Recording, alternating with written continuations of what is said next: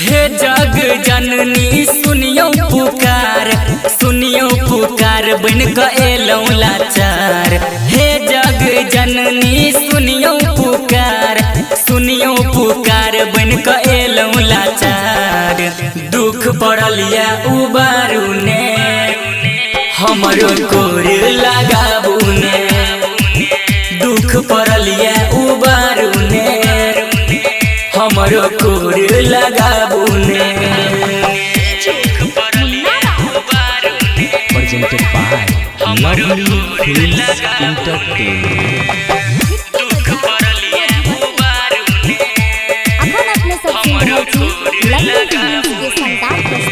महिमा आहा के या जग में महान छी अहि के सन तानिए। महिमा आहा के या जग में महान छी अहि के सन तानिए। एक नजर देखू हे मैया करैया बेटा आहा के गोहार। आबू ने हमरा तनियो सताबू नई तनियो सताबू। दुख पड़ल या उबारू ने हमरो कोर लगाबू ने। दुख पड़ल या उबारू ने हमरो कोर लगाबू ने।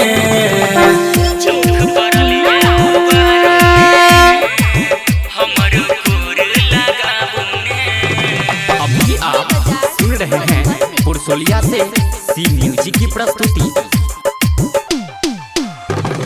बेटा आहा के हम छिका भागल सब कहैया पागल ये।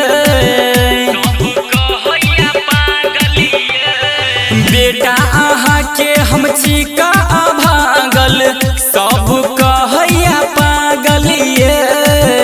जीवन में हमरा हे मैया इहे कलम किया लागल ये। अंकित बिहारी कहे भगिया सवारू माहे भगिया सवारू। दुख पड़ल या उबारू ने हमरो कोर लगाबू ने। दुख पड़ल या उबारू ने हमरो कोर लगाबू ने। हे जग जननी सुनियो पुकार बन के एलौं लाचार। हे जग जननी सुनियो पुकार बन के एलौं लाचार। दुख पड़ल या उबारू ने हमरो कोर लगाबू ने। दुख पड़ल या उबारू ने हमरो कोर लगाबू ने। सरोज बिरसरिया।